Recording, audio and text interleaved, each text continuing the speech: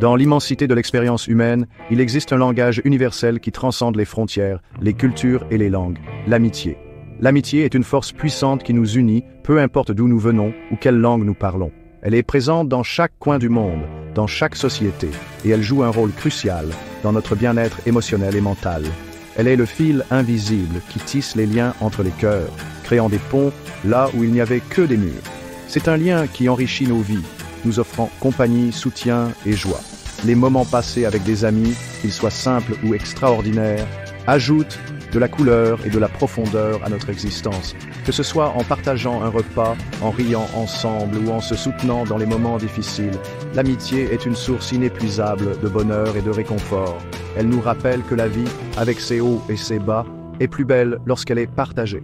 Des rues animées de Paris aux villages reculés d'Amazonie, le désir de connexion est ancré au plus profond de notre être. Partout où nous allons, nous cherchons à établir des liens, à trouver des personnes avec qui partager nos expériences et nos émotions. Cette quête de connexion est universelle et intemporelle, et elle nous rappelle que, malgré nos différences, nous sommes tous liés par notre humanité commune. C'est cette quête qui nous pousse à explorer, à découvrir et à nous ouvrir aux autres. Nous sommes des êtres sociaux, programmés pour rechercher la compagnie et tisser des relations qui donnent un sens à nos vies.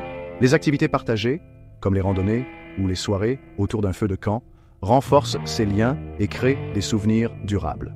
Ces moments de camaraderie et de partage sont essentiels pour notre épanouissement personnel et collectif. Ils nous permettent de nous reconnecter avec la nature et avec nous-mêmes, tout en forgeant des liens plus forts avec ceux qui nous entourent. La beauté de l'amitié réside dans sa simplicité. Elle ne nécessite pas de grandes démonstrations ou de gestes extravagants. Un simple sourire, une écoute attentive ou un mot gentil peuvent suffire à créer une connexion profonde et sincère. Ces petits gestes, bien que souvent anodins, ont le pouvoir de transformer nos vies et de nous rappeler que nous ne sommes jamais seuls. Ils sont les pierres angulaires sur lesquelles se construisent les relations les plus solides et les plus durables. Un sourire, un mot gentil, une expérience partagée, ces petites attentions peuvent donner naissance à des liens durables. Les moments de joie partagés, comme rire ensemble ou assister à un concert en plein air, renforcent ces liens et créent des souvenirs inoubliables. Ces expériences communes sont le ciment de l'amitié. Elles nous rapprochent et nous rappellent l'importance de la connexion humaine. Elles nous montrent que, même dans les moments les plus simples, il y a une beauté et une magie qui ne demandent qu'à être découvertes. Mais pour certains, le chemin vers l'amitié n'est pas toujours facile. La solitude et l'isolement peuvent être des obstacles difficiles à surmonter. Observer les autres s'amuser et se sentir exclus peut être douloureux et il est parfois difficile de trouver le courage de s'ouvrir aux autres. Cependant, il est important de se rappeler que chacun de nous a ressenti cela à un moment ou à un autre et que nous ne sommes pas seuls dans notre quête de connexion. Chaque pas vers l'autre est une victoire sur la peur et l'incertitude. La timidité, la peur du rejet et les expériences passées peuvent créer des barrières invisibles qui nous empêchent de tendre la main et de nouer des liens significatifs. Ces sentiments sont naturels, mais ils ne doivent pas nous empêcher de chercher des amitiés. Il est important de se rappeler que chaque nouvelle rencontre est une opportunité de créer quelque chose de beau et de significatif. Chaque interaction est une chance de découvrir une nouvelle facette de nous-mêmes et des autres. Cependant, comme toute compétence qui mérite d'être acquise, nouer des amitiés demande des efforts, de la patience et la volonté de sortir de sa zone de confort. Il faut du courage pour faire le premier pas, pour tendre la main et pour se montrer vulnérable. Mais ces efforts sont souvent récompensés par des relations profondes et enrichissantes qui peuvent durer toute une vie. Chaque amitié est une nouvelle aventure, une nouvelle histoire qui s'écrit à deux. C'est un voyage de découverte de soi, de vulnérabilité et le courage d'affronter l'inconnu. En chemin, nous apprenons non seulement à connaître les autres, mais aussi à mieux nous comprendre nous-mêmes. Chaque nouvelle amitié est une opportunité de croissance personnelle, de découverte et de partage. C'est un processus qui nous enrichit et nous transforme, nous rendant plus ouverts, plus empathiques et plus connectés. En fin de compte, c'est un voyage qui vaut chaque effort et chaque moment de doute. Les récompenses, cependant, sont inestimables. Les amitiés que nous formons ajoutent de la richesse et de la profondeur à nos vies. Elles nous apportent du soutien dans les moments difficiles, de la joie dans les moments heureux et une compagnie précieuse tout au long de notre parcours. En fin de compte, l'amitié est l'un des plus grands trésors de la vie. Un cadeau précieux qui nous rappelle que, malgré les défis et les obstacles, nous ne sommes jamais vraiment seuls. C'est un trésor qui illumine nos jours et réchauffe nos nuits. Voici Antoine, un jeune homme vivant au cœur de Lyon. Antoine est un étudiant en littérature, passionné par les mots et les histoires qu'il tisse. Il passe ses journées à déambuler dans les rues pavées de la ville, s'imprégnant de l'atmosphère vibrante et historique de Lyon. Les cafés, les librairies et les vieux cinémas sont ses refuges préférés, des lieux où il se sent en sécurité et inspiré. Il aspirait à la connexion, à des amis avec qui partager son amour des films classiques et des longues promenades le long du Rhône. Les films de la nouvelle vague française, en particulier, le fascinaient. Il rêvait de discussions animées sur les œuvres de Truffaut et Godard, de débats passionnés sur les nuances de chaque scène et de chaque dialogue. Mais ses rêves restaient souvent enfermés dans son esprit, inaccessibles à cause de sa timidité. Pourtant, Antoine luttait contre une timidité paralysante. Cette timidité n'était pas simplement une gêne passagère, mais une véritable barrière qui l'empêchait de s'ouvrir aux autres. Chaque interaction sociale devenait un défi monumental, chaque regard croisé une source d'angoisse. Il se sentait souvent submergé par la peur de dire quelque chose de maladroit ou de ne pas être à la hauteur. Cette timidité se manifestait comme un mur invisible, le séparant de la chaleur humaine dont il avait désespérément besoin. Il se sentait comme un spectateur de la vie, observant les autres vivre des expériences qu'il ne pouvait qu'imaginer. Les rires, les conversations, les moments partagés semblaient appartenir à un monde auquel il n'avait pas accès. Il rêvait de franchir ce mur, mais chaque tentative semblait vouée à l'échec.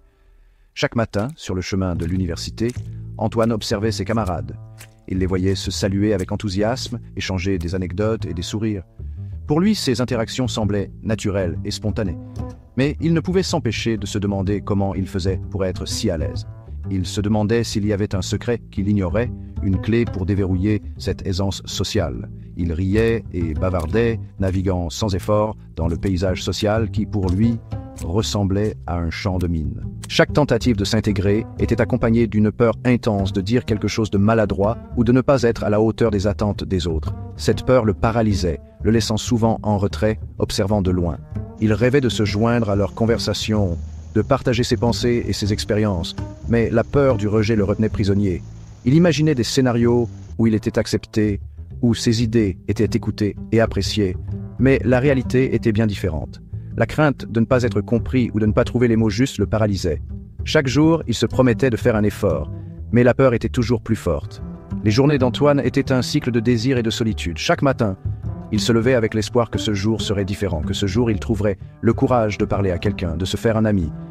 Mais chaque soir, il rentrait chez lui avec le même sentiment de vide et de frustration. La solitude pesait lourdement sur ses épaules, rendant chaque journée un peu plus difficile que la précédente. Il se réfugiait dans les pages de ses livres, trouvant du réconfort dans les mots de personnages fictifs qui semblaient naviguer dans le monde avec une aisance dont il ne pouvait que rêver. Les livres étaient ses compagnons constants, les histoires ses échappatoires.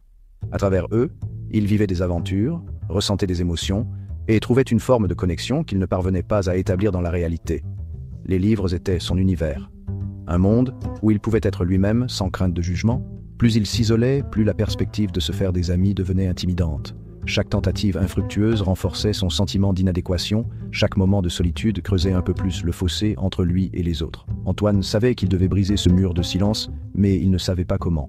La peur et l'incertitude étaient des compagnons constants, rendant chaque pas vers l'avant terrifiant. Pourtant, au fond de lui, il gardait l'espoir qu'un jour, il trouverait la force de surmonter ses peurs et de se connecter avec le monde qui l'entourait. Un après-midi, Antoine est tombé sur une affiche pour un ciné-club projetant son film classique préféré. C'était comme un signe. Il hésita, le cœur battant la chamade, mais l'envie de partager sa passion avec d'autres l'emporta sur sa peur. Prenant une grande inspiration, il décida de faire preuve d'audace. Au ciné-club, Antoine s'assit prudemment, les mains tremblant légèrement. Alors que les lumières s'éteignaient et que le film commençait, il se sentit envahi par un sentiment de camaraderie. Il était entouré d'autres cinéphiles. Après la projection, il rassembla son courage et rejoignit un groupe qui discutait du film. À sa grande surprise, ses remarques furent accueillies avec des sourires et un intérêt sincère. Il se surprit à rire avec les autres, sa nervosité initiale se dissipant. Le fait d'avoir regardé et discuté du film ensemble avait créé un lien, le reliant à des inconnus qui, à cet instant, lui semblaient être des âmes sœurs. Les semaines suivantes, Antoine continua à fréquenter le ciné-club. Chaque visite était une nouvelle opportunité de découvrir non seulement des films fascinants, mais aussi des personnes tout aussi captivantes. Il se rendit compte que le cinéma n'était pas seulement une passion solitaire, mais un pont vers des connexions humaines profondes. Les discussions, après les projections, étaient souvent aussi enrichissantes que les films eux-mêmes, offrant des perspectives variées et des échanges d'idées stimulants. Il découvrit que sous leur timidité apparente, beaucoup d'autres membres partageaient ses appréhensions. Ces moments de silence, souvent perçus comme gênants, étaient en réalité des espaces où chacun cherchait à se comprendre et à se connecter. Antoine apprit à apprécier ces silences, à les voir comme des opportunités de réflexion et de connexion. Il réalisa que ces pauses silencieuses étaient des moments précieux, où les cœurs et les esprits se préparaient à s'ouvrir. En étant simplement lui-même, en écoutant attentivement et en partageant sa passion, Antoine commença à tisser de véritables liens. Il découvrit que l'authenticité était la clé pour ouvrir les cœurs des autres. Les discussions sur les films se transformaient en conversations sur la vie, les rêves et les peurs. Chaque échange était une brique ajoutée à la construction de ces nouvelles amitiés. Il se rendit compte que chaque personne avait une histoire unique à raconter et que ces histoires enrichissaient sa propre vision du monde. Il apprit le pouvoir de la vulnérabilité, à lâcher prise sur le besoin d'être parfait et à accepter la beauté de l'imperfection. En partageant ses propres faiblesses et ses moments de doute, il encourageait les autres à faire de même. Ces moments de vulnérabilité partagés créaient des liens plus forts et plus sincères. Antoine réalisa que l'amitié véritable ne se construisait pas sur des façades, mais sur des vérités partagées. Il comprit que montrer ses faiblesses était en réalité une force, un moyen de se connecter profondément avec les autres. À mesure que ses amitiés se consolidaient, Antoine gagnait en confiance. Il se sentait plus à l'aise d'exprimer ses opinions, de partager ses idées et de s'ouvrir aux autres.